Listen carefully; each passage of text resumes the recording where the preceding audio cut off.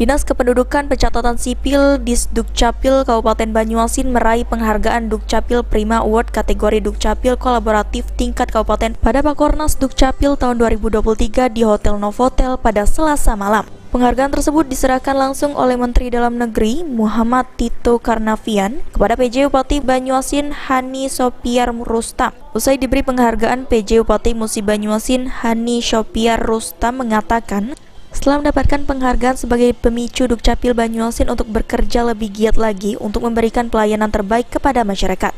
Hani Sopiar Rustam menambahkan dirinya sebagai pemerintah Kabupaten Banyuasin dengan meraih penghargaan Dukcapil Kolaboratif nantinya bisa lebih rutin lagi untuk melakukan pelayanan terintegrasi dan kolaborasi dengan pelayanan perizinan, kesehatan, dan dinas terkait lainnya sebagai upaya memajukan Kabupaten Banyuasin. Kalau langkah ke depan dengan adanya penghargaan ini ya tentu Dukcapil harus lebih giat lagi bekerja. Ini piagam dan penghargaan ini merupakan pemicu untuk kita berbuat lebih baik lagi bagi masyarakat, melakukan pelayanan yang mensejahterakan atau membahagiakan masyarakat terkait Dukcapil.